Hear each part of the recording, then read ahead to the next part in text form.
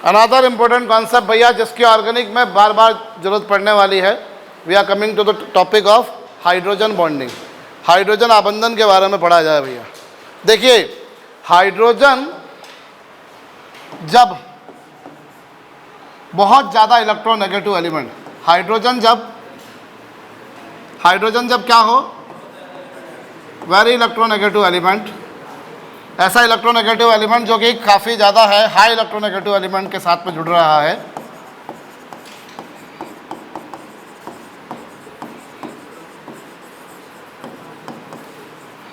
Hydrogen जब high electronegative atom या element बोले,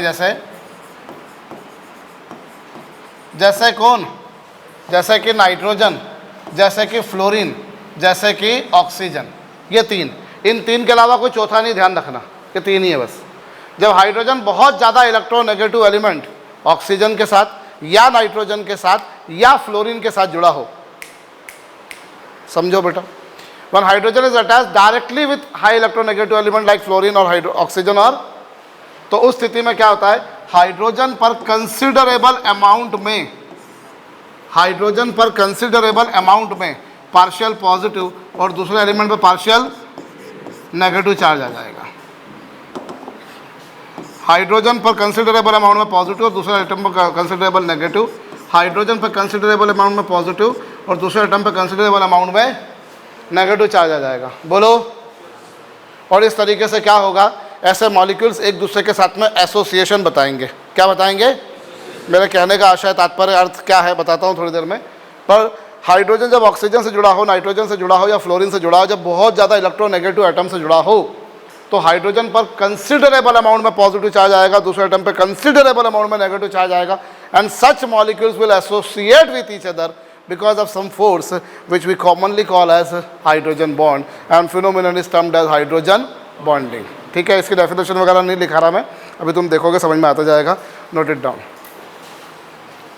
मसला यह है कि भैया हाइड्रोजन बहुत ज़्यादा विद्युत ऋणात्मक तत्व के साथ में जुड़ा होना चाहिए, जैसे कि ऑक्सीजन, जैसे कि नाइट्रोजन, जैसे कि फ्लोरीन। इन तीन के अलावा कोई चौथा है नहीं। अगर कोई बोलता है तो वो गलत बोल रहा है।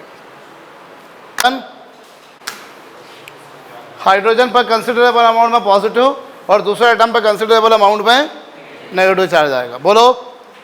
और ऐसे मॉलिक्यूल्स एक दूसरे के साथ में एसोसिएट होंगे। जैसे एग्जांपल के तौर पे देखिए, देखो भैया, देखो पहले,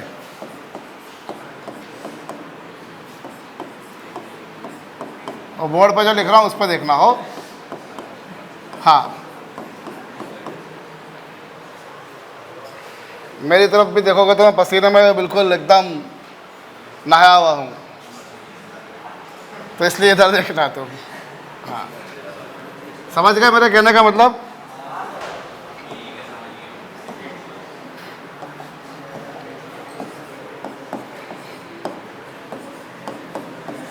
इसमें क्या हो रहा है साहब, हाइड्रोजन पर क्या आ रहा है, इतना अप्रेशिएबल अमाउंट में पॉजिटिव चार्ज है और दूसरे एटम पर इतना अप्रेशिएबल अमाउंट में कौन सा चार्ज है। अब ये क्या हुआ, ये जो नेगेटिव और पॉजिटिव थे, इन्होंने क्या कर दिया, एक दूसरे के साथ में एसोसिएशन कर लिया। Such molecules are associating with each other, such molecules are associating with each other. ये जो हमने डैश करके जो बॉन्ड बनाए हैं, इन्हीं को क्या बोलते होते हैं हम लोग, it is not a real bond. ये कोई रियल बॉन्ड नहीं है कि बिल्कुल कोई वैलेंसी यूज़ हो रही हो यहाँ पर इलेक्ट्रॉन वगैरह की। यहाँ इलेक्ट्रॉन का कोई लेना देना नहीं है कि आयनिक बॉन्ड में इलेक्ट्रॉन डोनेट कर दिया, कोवलेंट बॉन्ड में शेयरिंग कर ली, कोऑर्डिनेट बॉन्ड में पेयर डोनेट कर दी, ऐसा कोई मसला नहीं है। मसला क्या है, केवल एक एसोसिएशन। अभी बॉन्ड का मतलब क्या होता है, बॉन्ड का मतलब एक म्यूचुअल एसोसिएशन। ठीक है भैया, अरे कहिए। तो वैसा कुछ हो रहा है यहाँ पर, this molecule is associated with this one, this is with this one and likewise. बोलिएगा, ठीक है। तो ऐसे मॉलिक्यूल्स एक दूसरे के साथ में क्या हो गए, एसोसिएट हुए। ठीक, जैसे एग्जांपल के तौर पे भैया ये देखिए, वाटर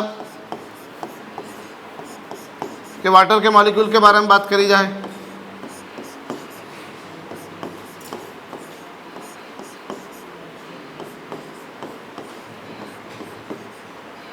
यहां पर भी देखिए, हाइड्रोजन किससे जुड़ा हुआ है, अरे हाइड्रोजन किससे जुड़ा हुआ है, बोलो यार, ऐसा बोलने में क्या नाराज हो रहे हो।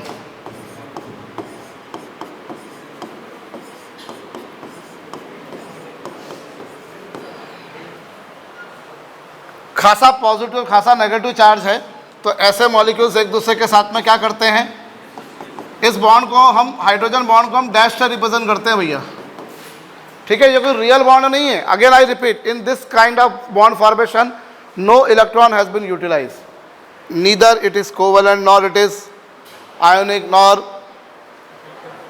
कोऑर्डिनेट। भाई उनमें बकायदा इलेक्ट्रॉनों का पार्टिसिपेशन होता है, जरूरी नहीं है कि हर बॉन्ड में इलेक्ट्रॉनों का पार्टिसिपेशन हो ही सही, बस एक एसोसिएशन है, that's enough, that is a bond से, ठीक है। तो ये मॉलिक्यूल एसोसिएट हो गए। जैसे एग्जांपल के तौर पे हम और देखें, हम यहां पर और देखें भैया,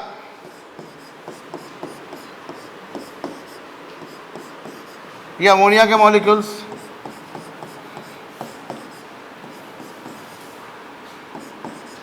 ये हाइड्रोजन बॉन्ड के बारे में आपको जो भी पढ़ रहे हो आप, इसकी ज़रूरत भी आप लोगों को आगे चल के ऑर्गेनिक केमिस्ट्री में कार्बनिक रसायन में भर भर के यूज़ पढ़ने वाली है। मैं आपको पहले ही बोल चुका हूँ, ये चैप्टर जो है chemical bonding as such count होता है इनऑर्गेनिक केमिस्ट्री में, काहे में, इनऑर्गेनिक केमिस्ट्री में, ठीक है भैया।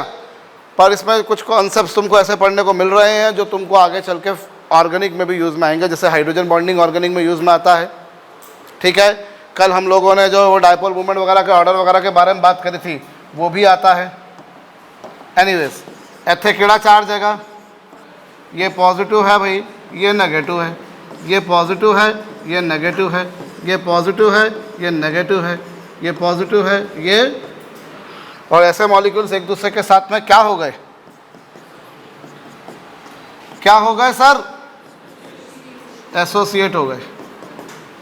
बोलिए, और इस तरीके से कौन सा बॉन्ड बन गया, आयनिक बॉन्ड बना, वो हाइड्रोजन बॉन्ड। ये जो आपने लिखा है, इसी को बड़े बुजुर्ग क्या बोलते हैं, और इस बॉन्डिंग के फिनोमिनन को हम क्या बोलते होते हैं, नोट इट डाउन, कर लिया भैया।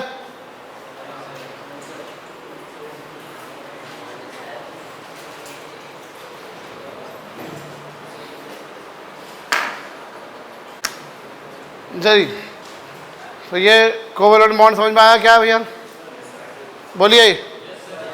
और सॉरी, हाइड्रोजन बॉन्ड, अब ये जो हाइड्रोजन बॉन्ड होता है ना, समझ लिया बेटा,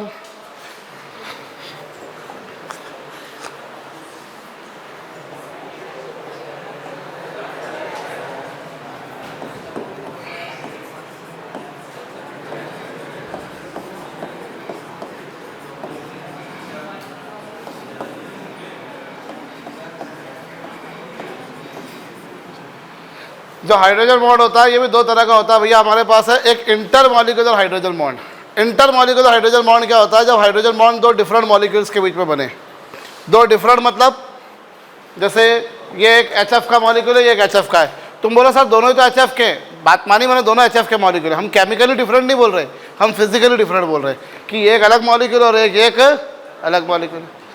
तो जब हाइड्रोजन बॉन्ड दो डिफरेंट मॉलिक्यूल्स के बीच में बनता है, such hydrogen bonding is known as, ये सारे इंटरमॉलिक्यूलर के एग्जांपल हैं। ये इंटरमॉलिक्यूलर दो डिफरेंट मॉलिक्यूल्स के बीच बन रहा है ना, क्या है ये इंटरमॉलिक्यूलर हाइड्रोजन। बोलो, इंटरमॉलिक्यूलर हाइड्रोजन बॉन्ड क्या, when hydrogen bond is form between two different molecules से, ठीक है, then such we call as intermolecular hydrogen bond. लिख लीजिएगा, when hydrogen bond is formed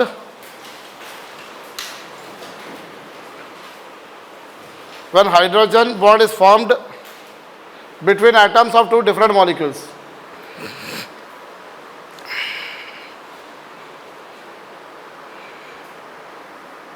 when hydrogen bond is formed between atoms of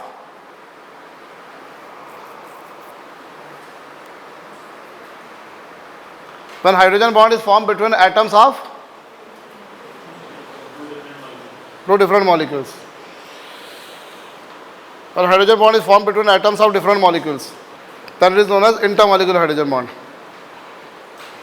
ठीक है। अभी जितना भी तुमने एग्जाम्पल देखे, ये सारे एग्जाम्पल कौन से थे, इंटरमॉलिक्यूलर। अब इस इंटरमॉलिक्यूलर हाइड्रोजन बॉन्ड के कॉन्सिक्वेंसेस समझना। इस इंटरमॉलिक्यूलर हाइड्रोजन बॉन्डिंग के कॉन्सिक्वेंसेस समझना भैया। तो इसमें पहली चीज क्या पा रहे हैं हम,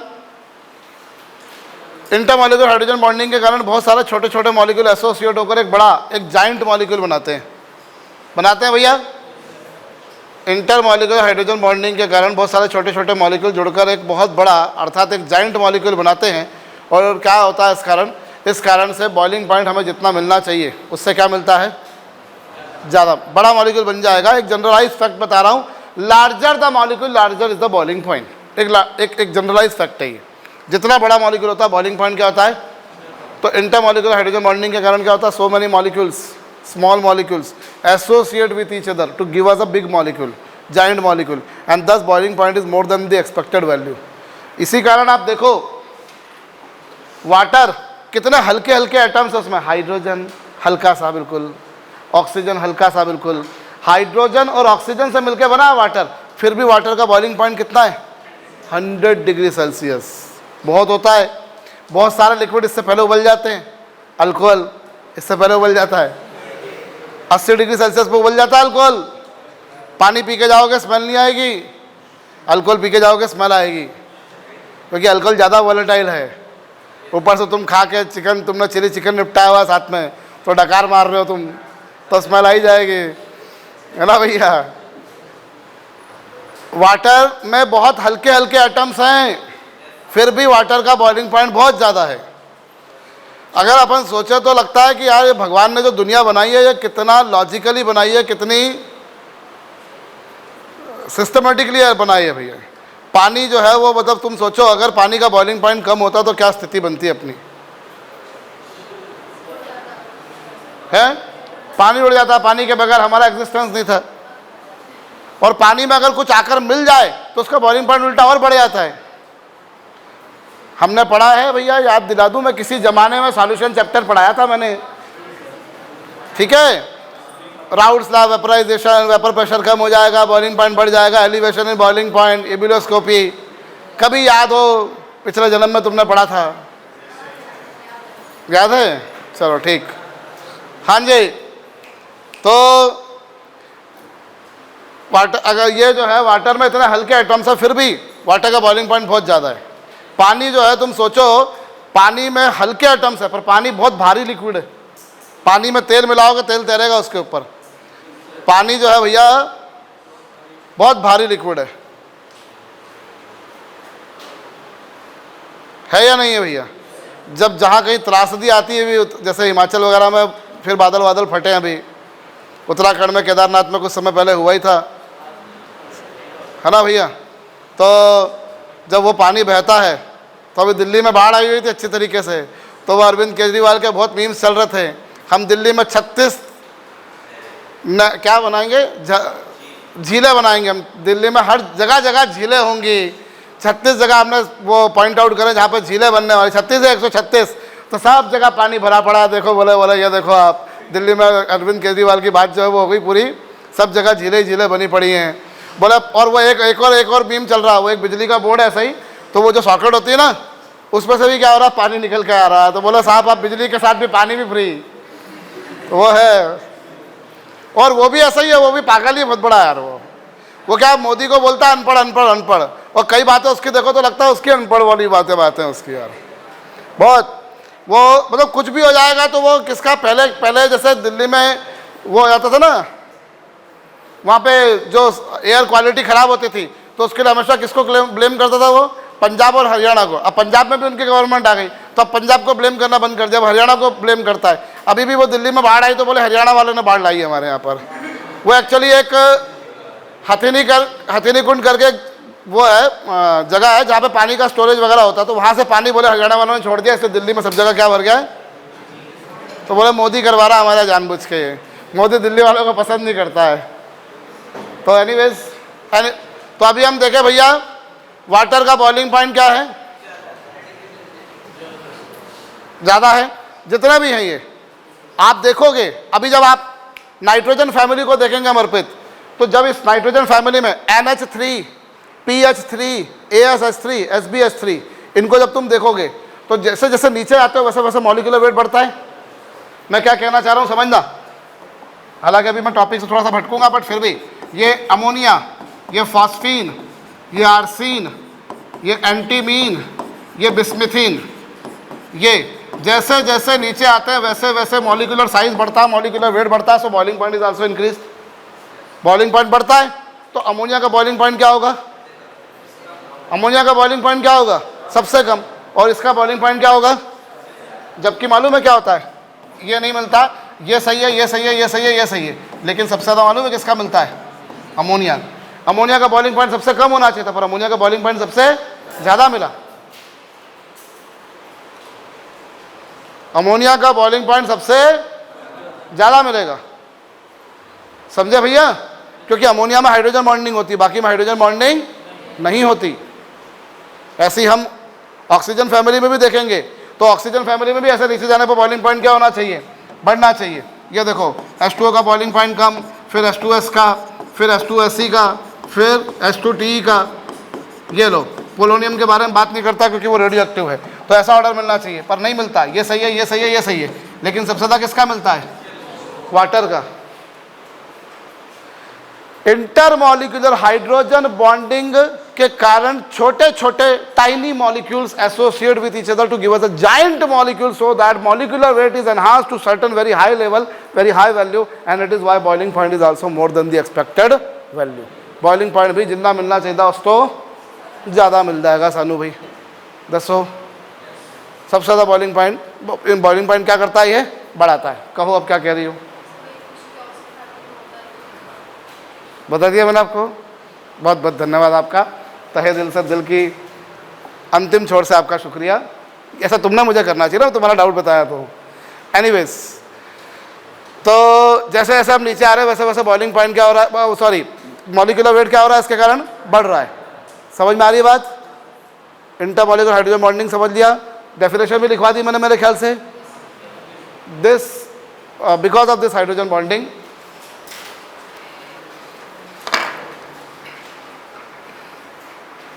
because of this hydrogen bonding,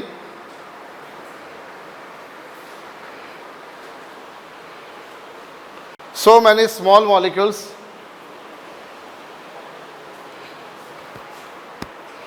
because of this hydrogen bonding, so many small molecules associate with each other to give a giant molecule. Because of this hydrogen bonding, so many small molecules associate with each other to give a giant molecule. Because of this hydrogen bonding, so many small molecules associate with each other to give us a giant molecule.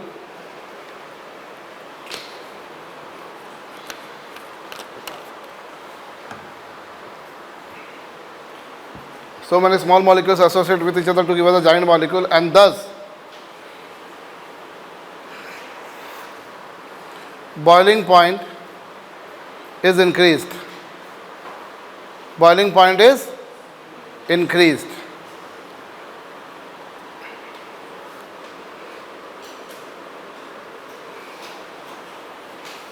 Boiling point क्या होता है? बढ़ जाता है। Boiling point क्या होता है? बढ़ जाता है। जितना बॉइलिंग पॉइंट मुझे मिलना चाहिए था, मुझे उससे बॉइलिंग पॉइंट क्या मिला? क्या मिला? ज़्यादा मिला। समझ में आया? ठीक है। तो वाटर जो आप देख रहे हो बहुत हल्के हल्के एटम्स रखा है, फिर भी उसका बॉइलिंग पॉइंट क्या है? ज़्यादा है। बोलो, ये लिखना चाहोगे? लिख लो। क्या बॉइलिंग पॉइंट जितना मिलना चाहिए उससे क्या मिल रहा है? ज़्यादा मिल रहा है। बोलो, भूख लगाती है बच्चों को पढ़ाई कर करके, क्या करें, इतना पढ़ते हैं। क्यों मेरे यार, बहुत पढ़ाई करते हैं तो फिर भी अथर्व गुप्ता तुम हो तो ऐसे ही है। चलो भाई ध्यान दो इधर। मैं भी ऐसे ही था यार, थोड़ा थोड़ा सा ज़्यादा, मतलब पर ऑलमोस्ट है। हाँ मैं बहुत दुबला ही था, मैं मतलब इतना भी नहीं था।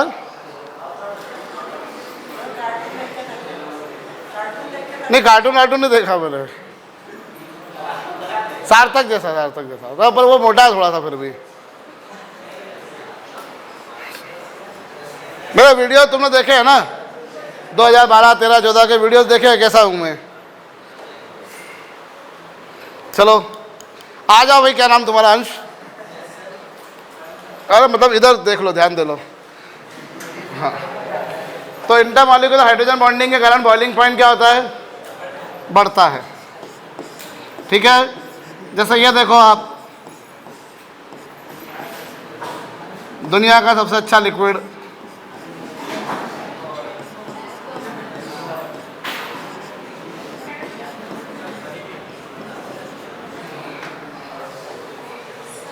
बोलती जाओ,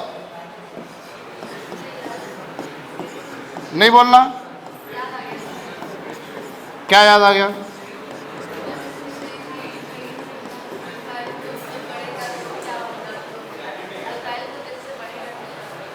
क्या होगा तुम बताओ?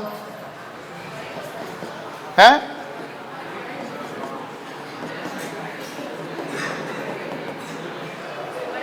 तो अल्कोहल का बॉइलिंग पॉइंट भी भैया जितना मिलना चाहिए, आरओएच जो है ये क्या है? अल्कोहल। और अल्कोहल का बॉइलिंग पॉइंट भी जितना मिलना चाहिए उससे क्या मिलता है? क्या मिलता है भैया?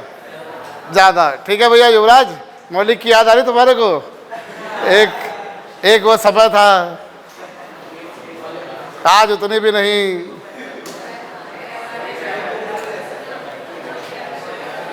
हाँ इधर है कृष्णन, बोलो बोलो। मम्मी बोलेंगे बेटे को बिगाड़ दिया मेरे। इधर देखो तुम, इधर ध्यान दे लो भैया। तो क्या हो रहा है भैया, इसमें अल्कोहल का बॉइलिंग पॉइंट भी जितना मिलना चाहिए उससे क्या मिलता है? ज़्यादा मिलता है। कर लो।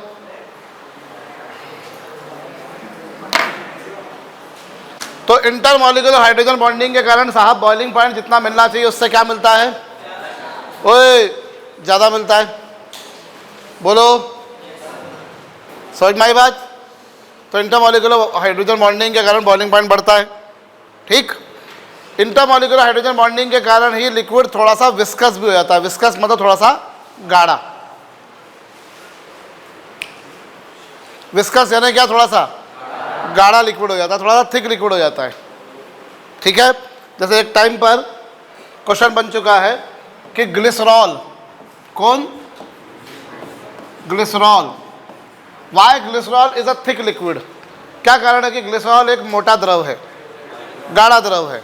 तो ग्लिसरॉल, तुमने पता हो ग्लिसरॉल वही है जिसको तुम घर में यूज़ करते हो सर्दियों के टाइम पर भैया, ग्लिसरीन के नाम से, है ना भैया? सर्दियों के समय में हम यूज़ क्या करते हैं? तो ग्लिसरॉल जो होता है उसका स्ट्रक्चर देखो,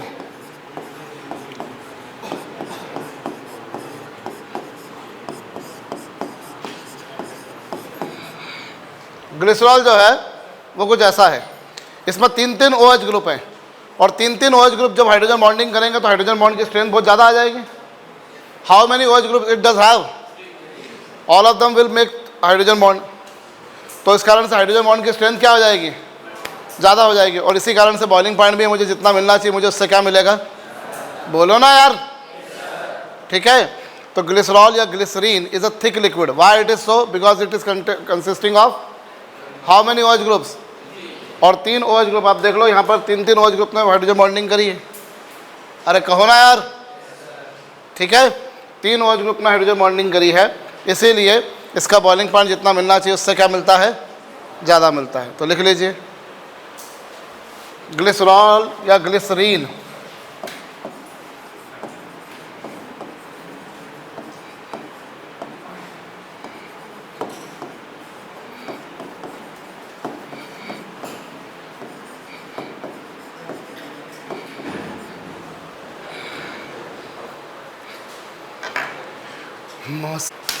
कर लिया?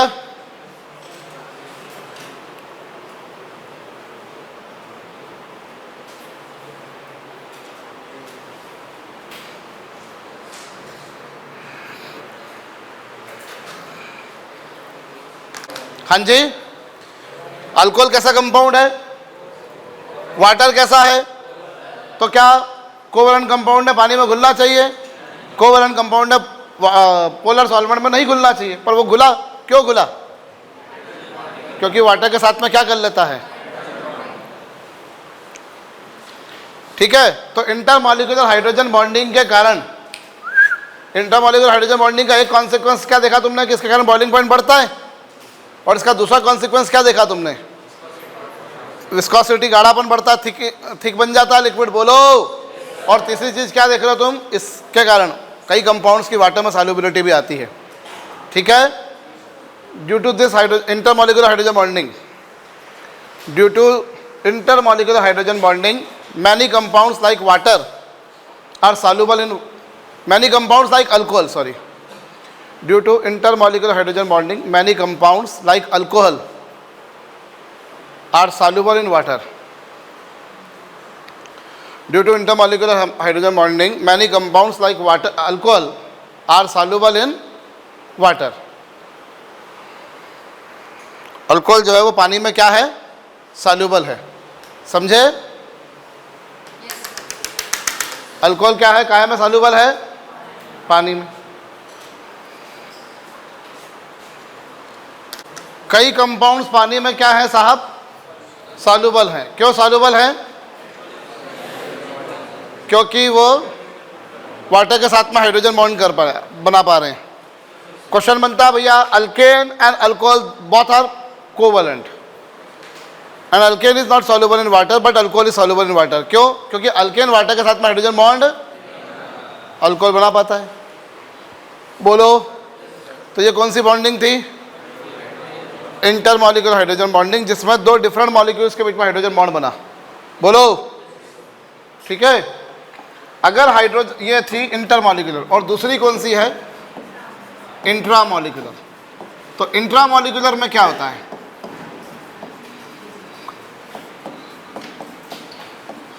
इंट्रामॉलिक्यूलर हाइड्रोजन बॉन्ड में क्या होता है? जब हाइड्रोजन बॉन्ड जब हाइड्रोजन बॉन्ड एक ही मॉलिक्यूल के दो एटम्स के बीच में बने। हाइड्रोजन बॉन्ड किसके बीच में बने? ये लीजिए,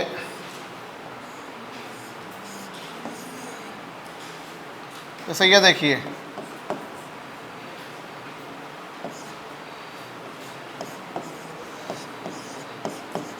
ये देखिए आप, यहाँ पर क्या है? हाइड्रोजन पर पॉजिटिव चार्ज है, ऑक्सीजन पे कौन सा चार्ज है? और इन्होंने क्या करा? आपस में एसोसिएशन हो गया।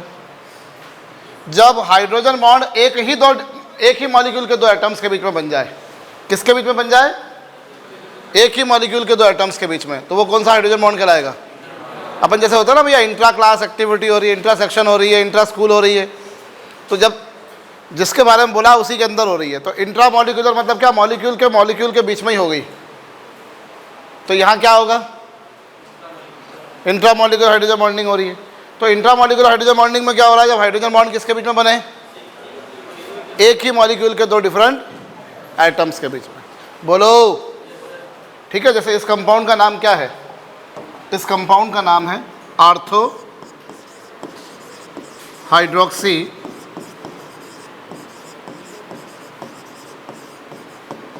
Benzoic acid. Ortho hydroxy benzoic acid. ठीक है, जैसे मैं और बताता हूं आपको एक और उदाहरण इसका। ये देखिए, जब hydrogen bond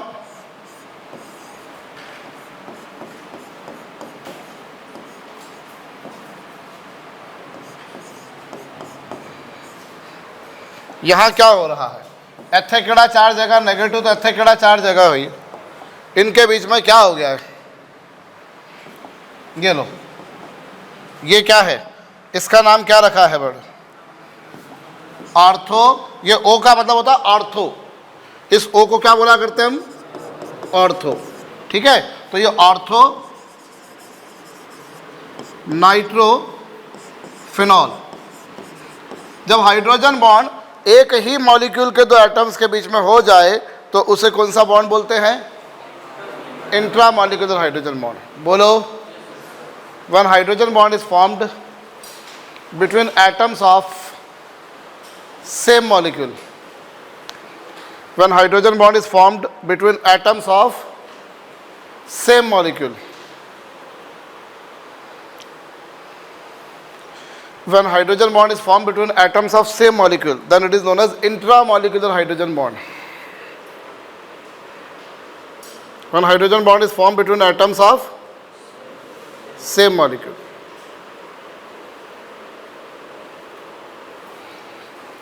When hydrogen bond is formed between atoms of same molecule, then it is known as intramolecular.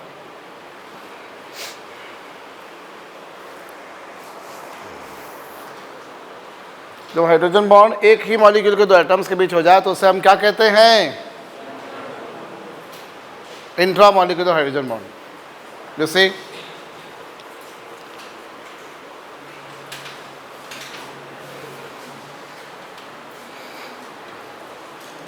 तो समझ में आया भैया? इस हाइड्रोजन बॉन्डिंग के कारण क्या होता है, मॉलिक्यूल के एटम्स और पास आ जाते हैं, तो मॉलिक्यूल और छोटा हो जाता है. अरे बोलिए, इस हाइड्रोजन बॉन्डिंग के कारण मॉलिक्यूल के एटम्स कहाँ जाते हैं, तो मॉलिक्यूल क्या हो जाता है, छोटा हो जाएगा. तो बॉइलिंग पॉइंट जितना मिलना चाहिए उससे, बॉइलिंग पॉइंट जितना मिलना चाहिए उससे कम मिलेगा.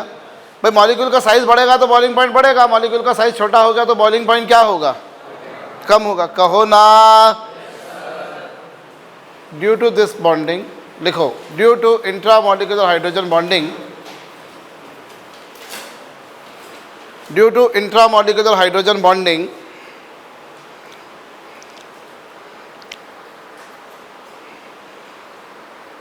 due to intramolecular hydrogen bonding, atoms of molecule come closer to each other. Because of intramolecular hydrogen bonding, atoms come closer to each other.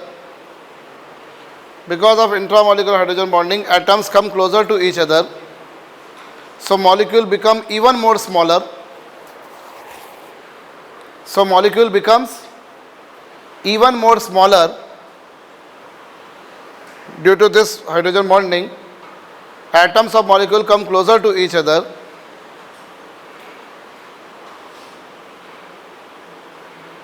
So molecule become even more smaller,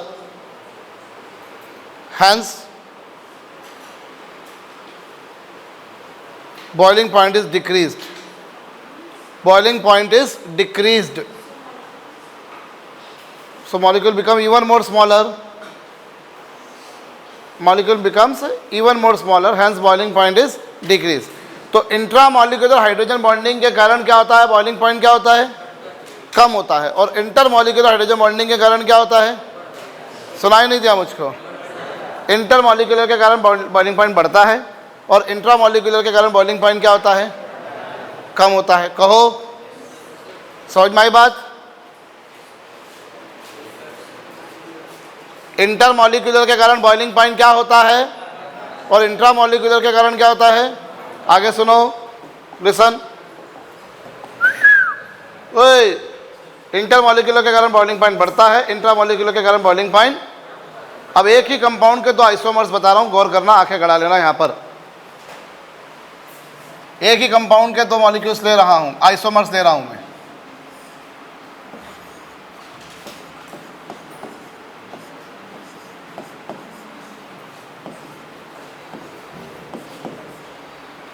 ठीक है.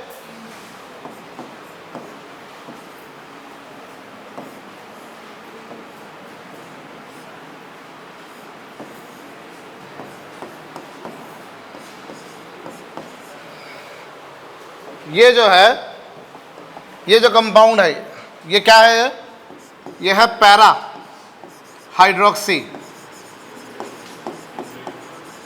Benzoic acid. बोलो, यह है para hydroxy benzoic acid. P का मतलब क्या है यहाँ पर, पैरा. ठीक है भैया, समझ लेना ये 11th क्लास स्टूडेंट्स खास तौर पर, क्योंकि अभी हम नेमिंग पढ़ेंगे तो हमें ये सब चीज़ें क्लियर हो जाएंगी. सो this is para hydroxy benzoic acid. Kabir, ये पैरा हाइड्रोक्सी बेंजोइक एसिड है. ठीक है. प्लीज़, यहाँ इस पर पॉजिटिव चार्ज, इधर इस पर नेगेटिव चार्ज. ये पॉजिटिव और ये नेगेटिव. इनमें कौन सी बॉन्डिंग हो रही है, इनमें कौन सी बॉन्डिंग हो रही है? इंटर की इंट्रा? मुझे सुनाई नहीं दिया। यहां हो रही है इंटरमॉलिक्यूलर। एम आई करेक्ट? यहां हो रही है इंटरमॉलिक्यूलर, जबकि इसी का एक भाई, इसका दूसरा भाई क्या कर रहा है? अभी देखा तुमने, क्या कर रहा है वो? इस पर है पॉजिटिव, इस पर है नेगेटिव। इन्होंने कौन सी बॉन्डिंग करी? इंट्रामॉलिक्यूलर।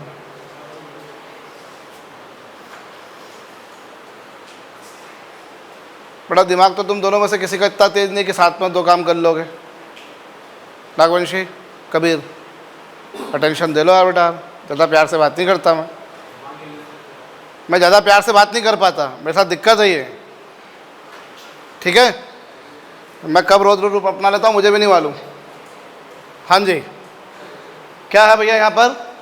ये इंटरमॉलिक्यूलर हाइड्रोजन बॉन्डिंग के कारण क्या होगा? वो इंटरमॉलिक्यूलर कर रहा है, समझो पहले बेटा। ये इंटरमॉलिक्यूलर हाइड्रोजन बॉन्डिंग है और ये क्या है? इसके कारण बॉइलिंग पॉइंट क्या होगा तनिष्क? उसके कारण बॉइलिंग पॉइंट क्या होगा? तो अगर मेरे से कल को कोई पूछता है between ortho hydroxy benzoic acid and para hydroxy benzoic acid which is more boiling point? Boiling point ज़्यादा किसका है? Para hydroxy benzoic acid is having more boiling point than ortho hydroxy benzoic acid. बोलो। दूसरा, इसको यूं भी बोल सकते हो, ऑर्थो हाइड्रोक्सी बेंजोइक एसिड का बॉइलिंग पॉइंट कम है। ऑर्थो हाइड्रोक्सी बेंजोइक एसिड का बॉइलिंग पॉइंट मतलब वो ज़्यादा वॉलेटाइल है, वाष्पशील है, वो जल्दी उबल जाता है। तो विच is more steam volatile? Volatile या स्टीम वॉलेटाइल एक ही बात है। ज़्यादा स्टीम वॉलेटाइल कौन है? ऑर्थो हाइड्रोक्सी बेंजोइक एसिड और पैरा हाइड्रोक्सी बेंजोइक एसिड में ज़्यादा बॉइलिंग पॉइंट किसका है? पैरा का है कि नहीं? क्योंकि सर वो कौन सी बॉन्डिंग बताएगा? ये कौन सी बताएगा? इंट्रामॉलिक्यूलर। बोलो। सो बॉइलिंग पॉइंट के बारे में बोला जाए, so this is having more boiling point than this one. Likewise अगर मेरे से पूछा जाए कि दोनों में से ज्यादा वॉलेटाइल कौन है? ऑर्थो। इसका बॉइलिंग पॉइंट कम है ना? इसका बॉइलिंग पॉइंट कम है ना? अगर इसका बॉइलिंग पॉइंट कम है मतलब ये क्या है मुस्कान? ज्यादा वॉलेटाइल, ज्यादा वाष्पशील। समझ में आई बात? बॉइलिंग पॉइंट पूछे तो ज्यादा किसका आ रहा है सर? पैरा का। मयंक, ज्यादा किसका आ रहा है बॉइलिंग पॉइंट? और ज्यादा वॉलेटाइल कौन है?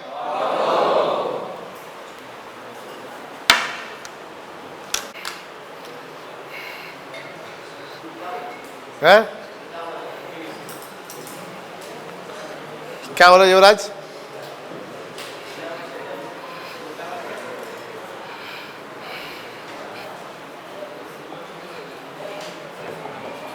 डन कर लिया था?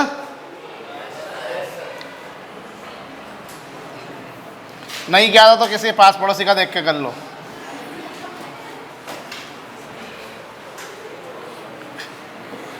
और पड़ोसी ने भी नहीं किया तो फिर मैं कुछ नहीं कह सकता।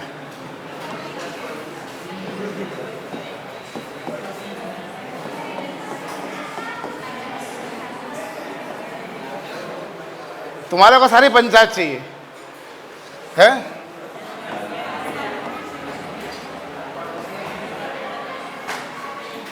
क्या बोल रहे युवराज? ऋषभ क्या बोल रहे हैं?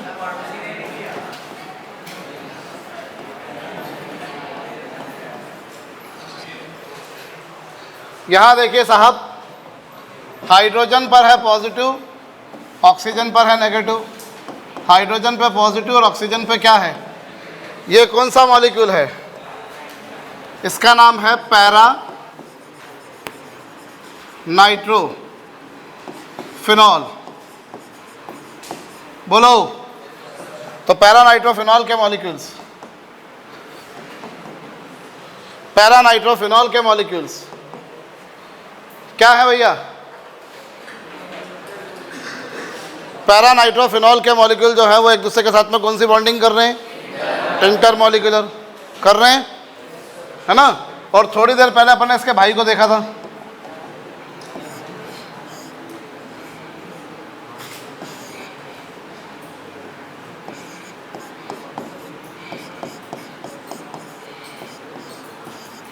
बताओ इस पर कौन सा चार्ज है? इन्होंने कौन सी बॉन्डिंग करी? इंट्रामॉलिक्यूलर। बोलो यहाँ पे कौन सी बॉन्डिंग हुई है? इंटरमॉलिक्यूलर। यहाँ कौन सी हुई है? तो बताओ किसका बॉइलिंग पॉइंट ज़्यादा होगा, पैरानाइट्रोफिनॉल का कि ऑर्थोनाइट्रोफिनॉल का? Para nitrophenol has more boiling point than. और दोनों में ज़्यादा वोलेटाइल कौन है?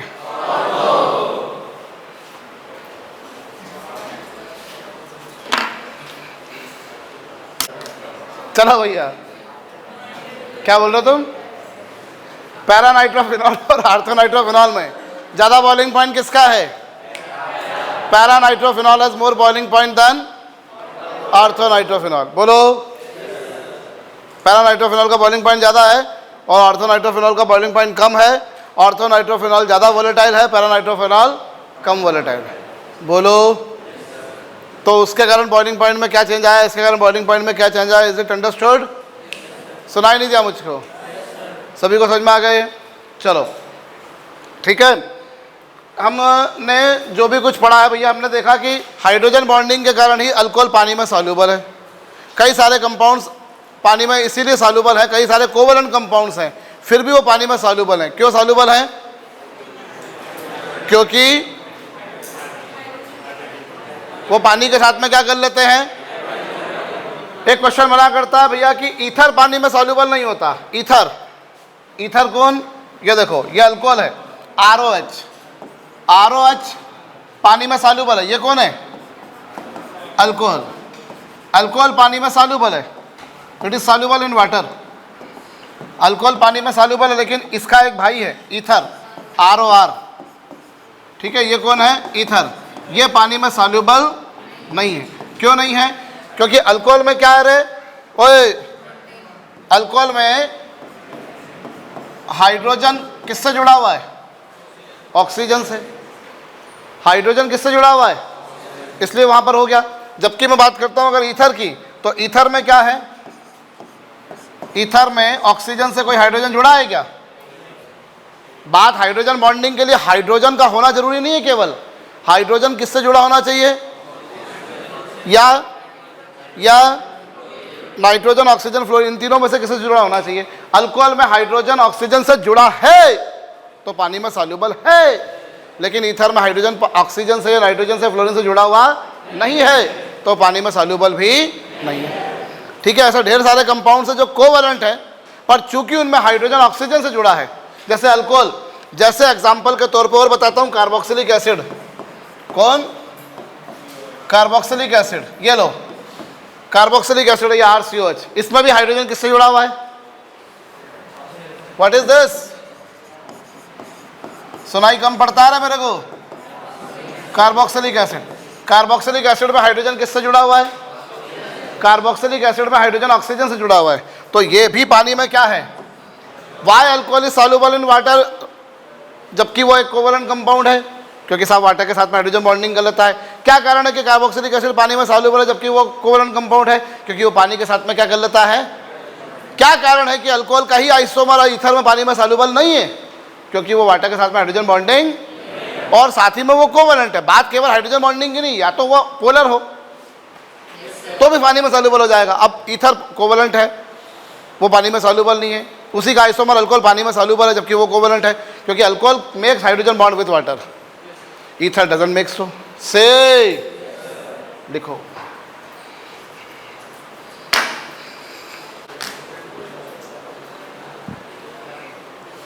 तो अल्कोहल पानी में सॉल्युबल है। क्यों?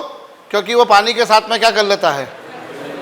हाइड्रोजन बॉन्ड बना लेता है, जबकि ईथर नहीं बना पाता। बोलो, आई बात समझ में?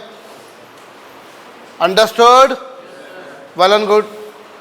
एक और क्वेश्चन यहां पे बनता है कि HF जो है, हाइड्रोजन फ्लोराइड, HF एक बहुत ही वीक एसिड है। एक और क्वेश्चन बनता होता है सही, क्योंकि रीजनिंग के क्वेश्चन बना करते हैं भैया इस पे। HF is a weak diabasic acid.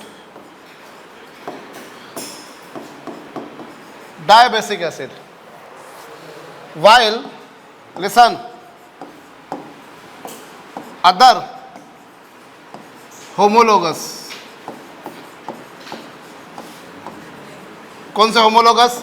HCl, HBr, HI are monobasic acid. कौन सा एसिड है? मोनोबेसिक है। ना केवल मोनोबेसिक है बल्कि इससे ज़्यादा स्ट्रांग भी है। HCl, HF, HBr, HI monobasic है जबकि वो डायबेसिक है और वो वीक है। ये फिर भी थोड़े से स्ट्रांग होते हैं, ये भी वीक है, बहुत ज़्यादा स्ट्रांग नहीं होते।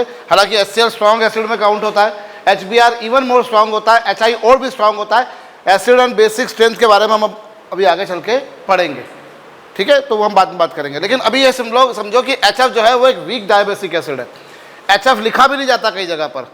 जब इसको लिखने की बारी आती है तो इसको मालूम है क्या लिखते होते हैं? इसको लिखा करते हैं ऐसा, HF whole twice. Many of the authors in their book used to write this HF as HF whole twice. Why? Because HF के मॉलिक्यूल एक दूसरे के साथ में क्या कर लेते हैं? तो ऑन एन एवरेज दो मॉलिक्यूल जुड़ जाते हैं। अपन ऐसा मान के चलते हैं कि दो molecule associate with each other to give a single molecule. क्या कहा मैंने? 2 molecules of HF associate with each other to make a single molecule. एक बात। और वीक क्यों है? देखो, वीक या स्ट्रॉन्ग का मतलब क्या होता है? जो जितनी आसानी से हाइड्रोजन रिलीज करेगा वो उतना स्ट्रॉन्ग होगा। क्या बोला मैंने पीवंश कृष्णम? जो जितनी आसानी से हाइड्रोजन रिलीज करेगा वो उतना स्ट्रांग होगा। अब यहाँ क्या होता है? जो हाइड्रोजन है इसकी, वो हाइड्रोजन बॉन्डिंग में यूज हो गई। इसकी जो हाइड्रोजन है धुरंधर, वो कहाँ यूज हो गई?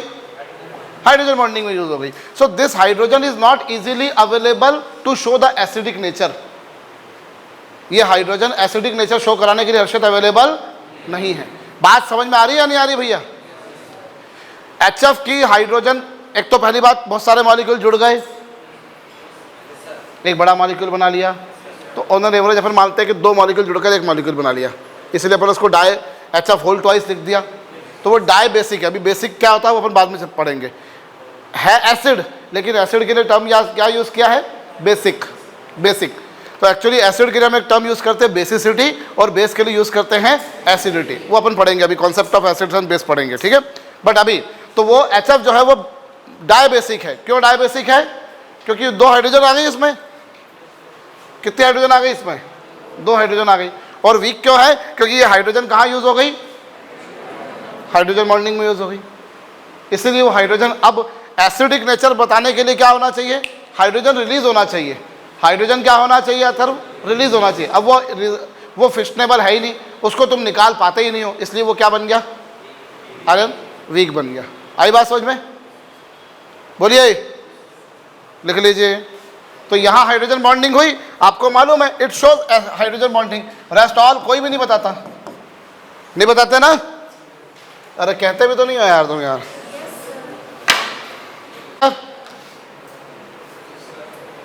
बोलो, ठीक है। एक क्वेश्चन वो बना करता है कि H2O जो है, H2O इस फैमिली में जो H2O है वो क्या है?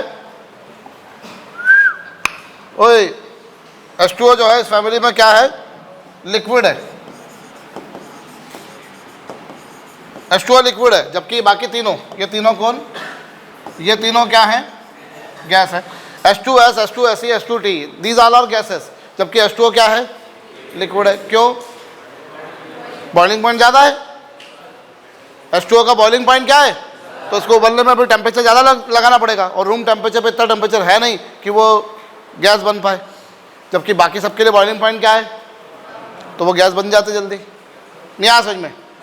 H2S, H2Se, H2T जो कि भारी है वाटर से, फिर भी वो गैस है, और H2O उनसे हल्का है, फिर भी वो लिक्विड है। क्यों?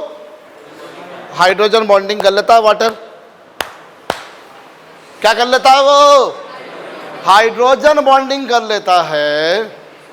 इसी कारण क्या हुआ सर? उसका बॉइलिंग पॉइंट ज़्यादा मिला। बॉइलिंग पॉइंट ज़्यादा मिला मतलब you want to convert into gas. आप उसे गैस में बदलना चाहते हो तो आपको ज़्यादा टेम्परेचर देना पड़ेगा। आई बात समझ में? तो H2O लिक्विड है, जबकि बाकी सारे क्या हैं?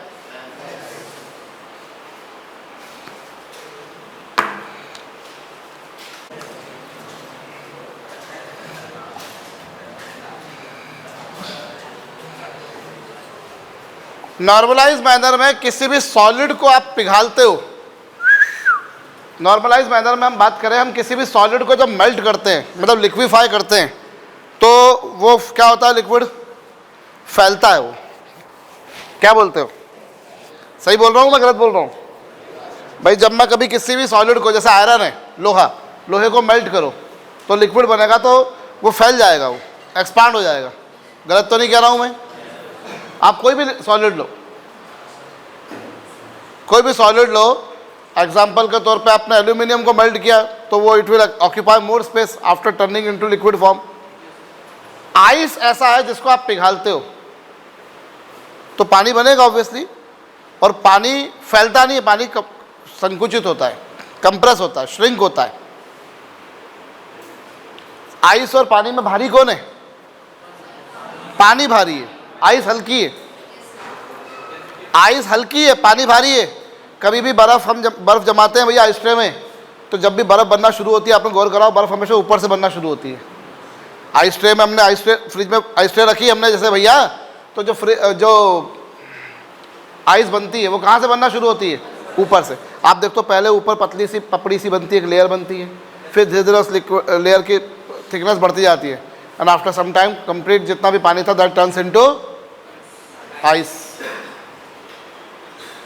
बोलो ना, आइस बनती ऊपर से और पिघलना शुरू होगी तो नीचे से, मतलब पानी भारी है और आइस हल्की।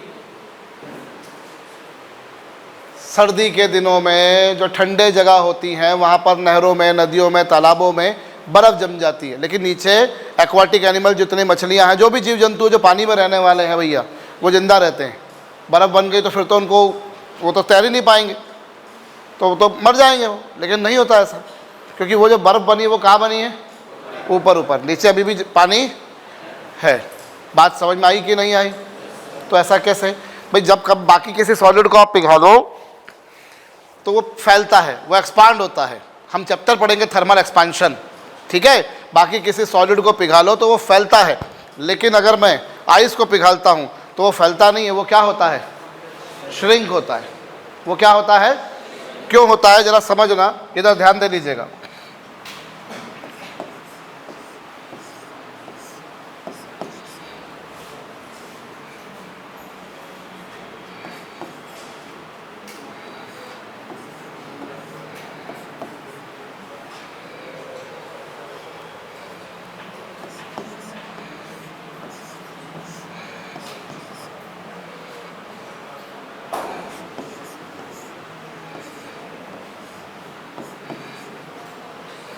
ये क्या होता है?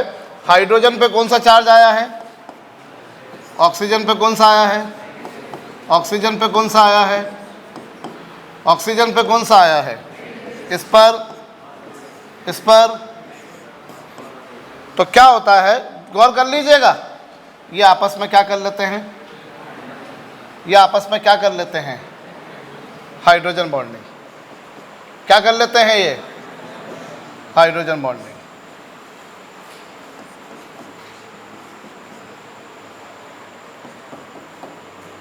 ये मैंने आइस का स्ट्रक्चर बनाया है। ये किसका स्ट्रक्चर बनाया मैंने अभी? ये आइस का। ये एक वाटर का मॉलिक्यूल है HOH, ये दूसरा भाई है तो अल्टीमेटली HOH ही।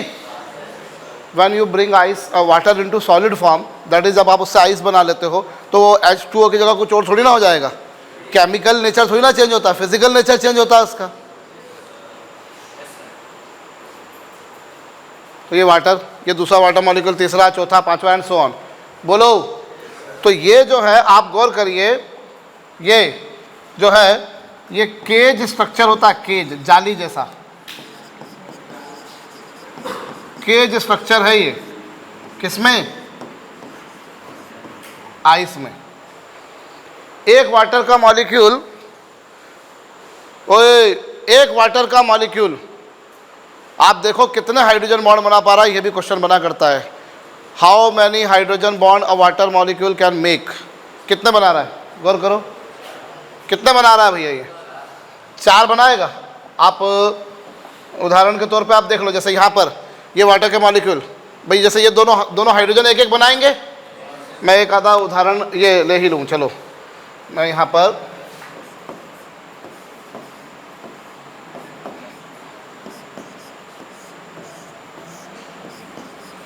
ये देखो आप, एक वाटर के मॉलिक्यूल ने कितना हाइड्रोजन बॉन्ड बनाए, आप इसको नोटिस कर लो। ये HOH है, ओए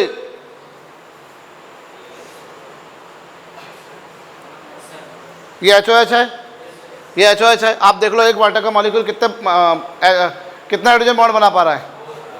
ये प्रश्न बना है परीक्षा में, हाँ बहुत बार बना है। कितने बना पा रहा है? हर हाइड्रोजन एक बॉन्ड बना सकता है। देखो इस हाइड्रोजन ने कितने बॉन्ड बनाए और ऑक्सीजन ने कितने बनाए? वो जो डैश करके रिप्रेजेंट कर रहा है वो हाइड्रोजन बॉन्ड है, ठीक है ना। तो ये केज जैसा स्ट्रक्चर है। केज समझ लो, वो जाली जैसी होती है भैया। केज फाइट देखी होगी ना तुमने WWE में। अभी एलॉन मस्क ने चैलेंज किया था उसको, मार्क जुकरबर्ग को, मालूम हो तुम्हारे को। केज फाइट के लिए चैलेंज किया कि तुम केज फाइट करो मेरे साथ, तो मार्क जुकरबर्ग ने केज फाइट करी उसके साथ। और मार्क जुकरबर्ग ने क्या कर दिया, ट्विटर जैसी अपनी खुद की एक दूसरी ऐप ला के रख दी और कुछ ही दिनों में 10 करोड़ सब्सक्राइबर्स ला दिए उसने। तो ये होती है केज फाइट। क्या एलोन मस्क बकायदा उसके लिए तैयारी कर रहा था, वो दिखाया उसको कि जिम में बिल्कुल बढ़िया वर्जिश कर रहा है, वो बिल्कुल बॉडी शॉडी बना रहा है। वो मार्क जुकरबर्ग का भी वीडियो आया कि भैया मैं भी बॉडी वॉडी बना रहा हूँ। और उसने क्या करा, ट्विटर जैसी, मुझे वो ऐप का नाम ध्यान नहीं क्या है उसके, थ्रेड्स उसका नाम है। और उसने कुछ ही दिनों के अंदर, मतलब हार्डली एक वीक का टाइम लिया होगा शायद से, और 100 मिलियन सब्सक्राइबर्स आ गए उसके थ्रेड्स के। और थ्रेड्स में बोले वो सारे फीचर्स है जो ट्विटर में है, और इंस्टाग्राम के भी सारे फीचर्स लेकर आ गया। और इंस्टाग्राम के जो यूज़र्स हैं ऑलरेडी एग्जिस्टिंग, वो थ्रेड्स पर लॉग्ड इन हो जाएंगे, वो सेम लॉगिन यूज़ हो जाएगा उसका। तो उसने ला दिया अभी वो। तो अब एलॉन मस्क ने बोला है कि वो उसको वो करेगा, वो उसको स्यू कर रहा है वो कि भैया हमारी फीचर्स तुमने चुराई हैं। और वहाँ अमेरिका में कॉपीराइट बहुत ज़्यादा चलता है वैसे भी, तो वहाँ पर ये है भैया। तो ये अभी तो इधर आ जाओ, कैसा स्ट्रक्चर है भैया? ये केज स्ट्रक्चर है। ये कैसा स्ट्रक्चर है भैया? जाली नुमा स्ट्रक्चर है इसका। आइस में एक वाटर का मॉलिक्यूल कितने हाइड्रोजन बॉन्ड बना पाता है? 4 बना पाता है, ठीक है। अब जब तुम इसको पिघालते हो, मेल्ट करते हो, अब ये जाली जैसा थोड़ा सा खुला खुला है, थोड़ा दूर दूर है, तो डेंसिटी इसकी कम है। लेकिन जब तुम इसको मेल्ट करते हो, पिघालते हो आइस को, तो ये जो केज है ये कोलैप्स हो जाती है, खत्म हो जाती है, and water molecules come closer to each other. If I heat iron, मैंने आयरन को पिघाला तो वो लिक्विड बनेगा, तो मॉलिक्यूल्स एक दूसरे से दूर दूर चले जाएंगे। एल्यूमिनियम को पिघालूंगा, मॉलिक्यूल्स एक दूसरे से दूर दूर चले जाएंगे। अरे बोलो ना यार। लेकिन जब मैं आइस को पिघालूंगा तो वो जो केज बनी हुई थी जिसके कारण मॉलिक्यूल दूर दूर थे ऑलरेडी, वो केज कोलैप्स हो जाएगी, खत्म हो जाएगी वो, और molecules will come even more closer to each other, so that density will get increase. It is why water is heavier than ice. क्या कारण है कि पानी बर्फ से भारी है? तो बर्फ में यह हाइड्रोजन बॉन्डिंग के कारण मॉलिक्यूल एक प्रॉपर डिस्टेंस में मेंटेन रहते हैं, ऐसी जाली नुमा स्ट्रक्चर बन जाता है, केज जैसा स्ट्रक्चर बन जाता है, जिसे हीट करने पर क्या होता है, वो केज कोलैप्स हो जाएगी और मॉलिक्यूल्स कहाँ जाएंगे?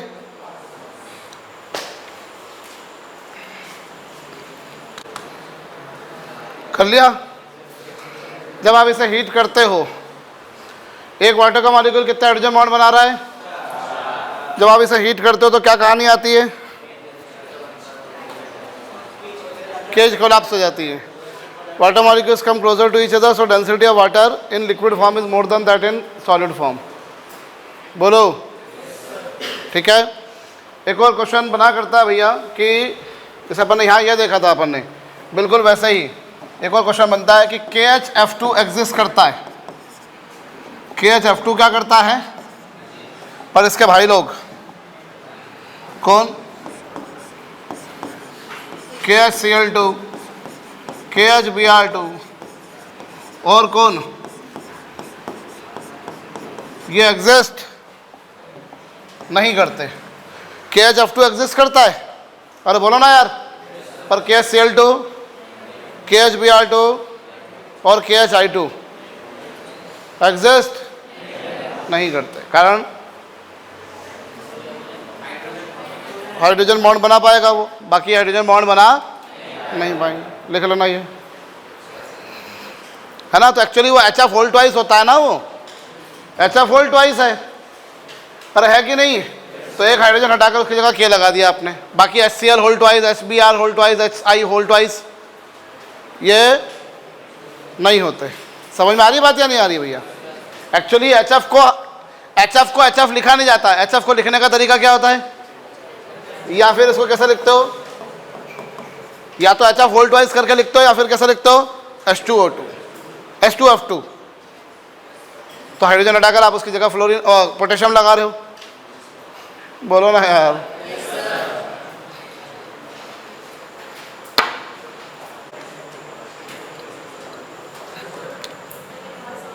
ऐसे ही एक क्वेश्चन बनता है भैया कि जो कार्बोक्सिलिक एसिड्स होते हैं RCOH, ये कार्बोक्सिलिक एसिड है। बेंजीन में, काय में, या दूसरे नॉन पोलर सॉल्वेंट जो होते हैं, ये कौन है, कार्बोक्सिलिक एसिड। बेंजीन में ये कैसे एग्जिस्ट करते हैं, ये कौन है, in benzene it exist as dimer. ये डाइमर बना लेता है। वांटा फैक्टर का टाइम बताया था मैंने, ठीक है। बेंजीन में कार्बोक्सिलिक एसिड क्या बना लेता है, डाइमर बना लेता है। जब दो मॉलिक्यूल जुड़ते हैं तो उसको बोलते हो डाइमर, तीन जुड़ेंगे तो ट्राइमर, चार जुड़ेंगे तो टेट्रामर, ऐसे बहुत सारे जुड़ेंगे तो पॉलीमर, ठीक है। तो यहाँ क्या हो रहा है, रियल, ये कार्बोक्सिलिक एसिड है। बेंजीन में, बेंजीन एक लिक्विड होता है, उसमें क्या बना लेता है, क्यों बना लेता है, क्योंकि उसमें क्या करता है, ये आपस में क्या कर लेते हैं, ये क्या कर लेते हैं, ये why carboxylic acid exist as dimer in low dielectric constant liquids, low dielectric constant solvents जैसे बेंजीन। क्या कारण है कि कार्बोक्सिलिक एसिड बेंजीन या बेंजीन जैसे दूसरे सॉल्वेंट्स जिनका डाइलेक्ट्रिक कांस्टेंट क्या है, कम है, जो पोलर सॉल्वेंट होते हैं उनका डाइलेक्ट्रिक कांस्टेंट ज़्यादा होता है। वाटर का डाइलेक्ट्रिक कांस्टेंट कितना होता है, 80 होता है, ज़्यादा होता है। अभी तुम्हारे समझ के पार की बात है 11th वालों के, ठीक है। हंसने वाली बात नहीं, 12th वालों को भी नहीं मालूम होगा, पढ़ाई नहीं, जिसने नहीं पढ़ा उनको भी नहीं मालूम, सीधी बात है। हाँ जी, तो क्या है भैया, जो कब डायरेक्ट, क्योंकि देखो ये रीजनिंग के क्वेश्चन बना करता है। केमिस्ट्री में क्या, रीजनिंग के क्वेश्चन आपको होना चाहिए, फिजिक्स में भी आपको रीजनिंग के क्वेश्चन होना चाहिए। बहुत ऑनेस्टली बता रहा हूँ, देखो बहुत हाई फाई पढ़ के काम नहीं होता है। कई लोग, मैं ये बुक भी बुलवा ली, मैंने वो बुक भी बुलवा ली, मैंने ये भी कर लिया, मैंने वो भी कर लिया। मैं बहुत कन्फाइंड स्टडी बता रहा हूँ तुम्हारे को। जब ज़्यादा मिल जाता है ना तो आदमी तकलीफ में आ जाता है। कई बार बोलते हैं ना, जो कमियों से गुजरते हैं वो ज़्यादा अच्छा कर जाते हैं। साक्षात उदाहरण तुम्हारे सामने खड़ा है, ठीक है। क्योंकि हमारे पास क्या लिमिटेड रिसोर्सेज थे, मेरे पास तो कुछ था ही नहीं पढ़ने को। मैं तो जाकर वो, हम कॉरेस्पॉन्डेंस कोर्स चलते हैं, ब्रिलियंट ट्यूटोरियल चला करता समय, उस समय चेन्नई में, मैं तो उसके मॉड्यूल्स ला के पढ़ता था। मेरे पास तो भैया पैसे वाली बात ही नहीं थी कुछ भी। तो उनसे ला के एक मॉड्यूल ख़त्म करा, फिर वो दिया भैया को, दूसरा मॉड्यूल लाए, फिर तीसरा वो दिया, ऐसा कर करके काम करा है। और लिमिटेड रिसोर्सेज थे। अब हमको अगर ज़्यादा बुक्स मालूम पड़ जाए कि तुम एक काम करो साहब, तुम अरिहंत भी ले लो, तो तुम सिंगेज भी ले लो, तो तुम फलानी भी ले लो, तो तुम ढिमकानी भी ले लो, मालूम पड़ता चीज़ें नहीं हो पाएंगी। चीज़ें करना जरूरी है, पर वो जरूरी है जो तुम्हारी एग्जाम के काम की है। 12th की बुक्स हम युगबोध पढ़ते थे, हम MP बोर्ड से थे मैं, तो उसमें युगबोध में आखिरी में ना कॉन्सेप्चुअल क्वेश्चन दे रखे होते थे। कॉन्सेप्चुअल क्वेश्चन, तथ्यात्मक प्रश्न जैसे हिंदी में बोलते हैं, उस समय वो कॉन्सेप्चुअल और बोधात्मक प्रश्न होते थे, परसेप्चुअल क्वेश्चंस। तो उनमें ना वो रीजनिंग टाइप के क्वेश्चन होते थे, जैसे मैं तुमको बता रहा हूँ। तो ये रीजनिंग टाइप के क्वेश्चन को छुड़ाओ मतलब सॉल्व करो, तो आपको क्या फंडामेंटल्स आपके पूरे बिल्टअप हो जाते हैं। क्या कारण है कि KHF एग्जिस्ट करता है, बाकी नहीं। आपको उसका आंसर मालूम पड़ेगा तो आपको उससे इधर उधर की चीज़ें और मालूम पड़ जाएंगी। बहुत सारा नहीं पढ़ना है, जो काम का है उसको बहुत बार पढ़ना है। एक पिक्चर आई थी, सुपर डुपर फ्लॉप हुई थी वो, अक्षय कुमार की, उसमें दीपिका पादुकोण भी थी, अक्षय कुमार भी था, चांदनी चौक टू चाइना। सुबह मुझे उसका डायलॉग बड़ा अच्छा लगा था। वो क्या करता है, वो सीखने जाता है, वो कराटे वराटे सीखने जाता है। तो उसका जो कोच होता है, तो वो कोच उसको बोलता है कि बोले तुम्हें वो सारे मूव की जरूरत नहीं है जो तुम्हें 1000 मूव्स जानने की जरूरत नहीं है, तुम्हें एक ही मूव जानना है, लेकिन उसकी 1000 बार तुम्हारी प्रैक्टिस होनी चाहिए। 1000 मूव्स तुम्हें आते हैं वो नहीं मैटर करता, तुम्हारे पास जो मूव है तुम्हें को उसी की इतनी पर प्रैक्टिस होना चाहिए तुम्हारी। तो तुमको बहुत सारा नहीं पढ़ना है, तुम्हें वो पढ़ना है जो काम का, लेकिन उसको बार बार पढ़ना है। Repetition is must. तुम मालूम है भैया, जो लोग इस साल नीट दे चुके हैं वो मालूम है कि 4-4, 5-5 मार्क्स में खेला हो जाता है यार, बहुत बड़ा। 4 मार्क्स 5 मार्क्स में तो पता नहीं दुनिया बदल जाती है यार। एक एक मार्क पर अगर तुम देखोगे तो 2-2 हजार लोग बैठे रहते हैं, 2-2 हजार लोग बैठे रहते हैं। गलत कह रहा हूं मैं? 715 पे इस बार 17 लोग थे 715 मार्क्स पर। बोलो 715 मार्क्स पे, और वो एडी चोटी के मार्क्स थे। आपको बहुत कन्फाइंड स्टडीज करनी है और उन्हीं को बार बार करना, वही काम का आपके। आप 50 रिसोर्सेस करो, मैं ये बुक भी पढ़ लूँ, मैं वो बुक भी पढ़ लूँ। मैं तुम्हें बार बार बोल रहा हूँ भैया, मुझे तुम्हारे सिलेक्शन की जितनी चिंता तुमको है मुझे है, और तुमसे ज़्यादा चिंता है। इसलिए जो कंटेंट दे रहा हूँ बहुत ऑप्टिमाइज दे रहा हूँ, वो आप कर लो, सफिशिएंट है काम। देखो आपका मजा आ जाएंगे। अब आप नहीं करो तो फिर आप दुनिया भर की किताबें, क्योंकि तुम बुलवाते रहो, तुम तुम्हारे पेरेंट्स को बोलोगे ये भेज दो, वो भेज दो, फलाना भेज दो, ढिमकाना भेज दो, और पेरेंट्स के दिमाग में कहीं ना कहीं बैक ऑफ द माइंड एक बात है, पैसा खर्चा करेंगे तो पढ़ाई होगी वरना नहीं होगी। ये हर पेरेंट के दिमाग में होता है। वो एक पेरेंट मेरे पास में आज ही आए, जैसे कि बोले वो हम ट्यूशन भेज रहे हैं बच्चों को, ये वो तो कुछ किसी चीज़ के लिए वो बात करने के लिए आया था। मैंने आपको जरूरत ही नहीं है, इतनी इतनी देर हम पढ़ा रहे हैं। सारे स्कूल्स में 40 मिनट का 35 मिनट का पीरियड होता है, छोटी क्लास में तो 40-35 मिनट के पीरियड होते हैं। साधारण इंटरनेशनल स्कूल इकलौता पीरियड है जिसके 45-45 मिनट के पीरियड ले रहे हैं हम, 45 मिनट। और कोई टाइम वेस्टेज नहीं होने दूंगा मैं किसी भी क्लास का। बहुत से टीचर्स चिढ़ते हैं समय के, मैं मतलब बहुत सीधी सीधी बात है कि कॉरिडोर में आपको इस एंड से उस एंड तक जाने में आपको 12 सेकंड लगने हैं, तो आप 20 सेकंड मत लो। आप जितनी देर आप बर्बाद कर रहे हो उतनी देर बच्चों की। बहुत सीधी सीधी प्रिंसिपल है मेरा भैया, तो जरूरत ही नहीं है आप पैसा खर्चा, आपके क्योंकि आपके दिमाग में ये इमेज बनी हुई है कि आप पैसा खर्चा करोगे तो पढ़ाई होगी वरना नहीं होगी। जितना आपको कंटेंट मिल रहा है ना वो फार बेटर देन सफिशिएंट है। आप वो कर लो, अगर वो हो जाए उसके बाद मेरे से बोलो, मैं दूंगा। और मुझे कोई हिदायत नहीं है। तुम जिन्होंने लाइब्रेरी देखी जानते हैं कि सदाना के पास में बुक्स का खजाना पड़ा हुआ है, कोई कमी नहीं है, बहुत है। मैं उन्हीं में से तो अच्छी चीज़ें निकाल के दे रहा हूँ तुम्हारे को यार। मैं कौन सा खुद डिस्कवर करके आया हूँ कि KHF2 को मैंने देखा था? मैंने देखा था क्या? I am the worst person in lab, worst person. Anyways आ जाओ। तो क्या कारण है कि carboxylic acid low dielectric constant के लिक्विड्स, लो डाइलेक्ट्रिक कांस्टेंट के सॉल्वेंट, जैसे कि मतलब कि कोवैलेंट सॉल्वेंट जैसे कि बेंजीन में डायमर बनाता है। क्यों? क्योंकि जब उसमें जाएगा तो ये उसमें क्या कर लेगा, क्या कर लेगा? हाइड्रोजन बॉन्ड बना लेगा। सर यहाँ देखो इस पर कौन सा चार्ज है, इस पर कौन सा चार्ज है? बात समझ में आई? अरे बोलिए।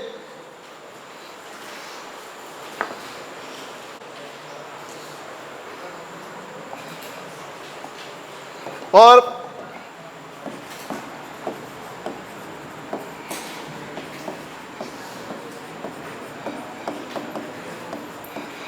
ऑर्डर ऑफ बॉन्ड स्ट्रेंथ, तो बॉन्ड स्ट्रेंथ का ऑर्डर भैया देख लो, बड़ा फेवरेट है, एग्जाम में आता है।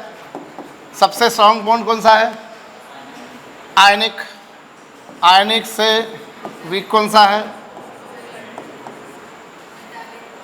मेटालिक।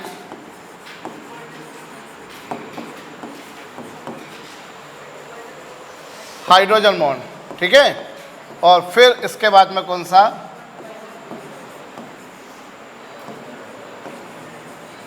Van der Waals. ये ऑर्डर याद रखनी है आपको, ये परीक्षाओं में पूछी गई है भैया बहुत बार। समझ में आई बात? सिर्फ मेरी कॉपी की थ्योरी पढ़िए, जो मॉड्यूल आपको दे रखा है उस मॉड्यूल की थ्योरी पढ़िए। दुनिया भर की चीज़ें करने की जरूरत नहीं है, जो चीज़ें दी गई है उतनी कर लो, पर्याप्त है वो। और मैं बहुत ईमानदारी से बोल रहा हूँ, अगर कोई चीज़ मेरे से छूट जाएगी तो मुझे बाद में कराने में कोई शर्म नहीं होगी कि अगर मैंने छोड़ दी अब मैं बता कराऊंगा तो ये सोचेंगे कि क्या सर को नहीं आता था क्या। कल रिजल्ट बताने में शर्म आए, उससे अच्छा अपन आज शर्म कर लें।